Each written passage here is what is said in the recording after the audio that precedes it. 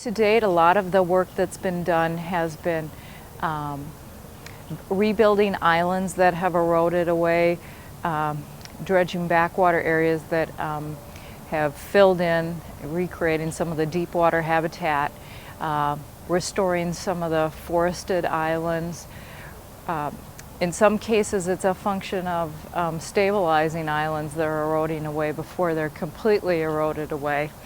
And also, there's lots of side channels on the river that we're starting to fill in and lose their habitat value, and so we've worked trying to restore the natural flow in those side channels. In other cases, there's backwater areas where we're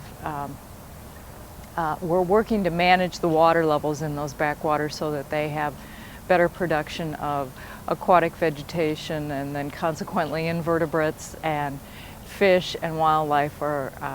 going to benefit from the habitats that we create in those backwater areas.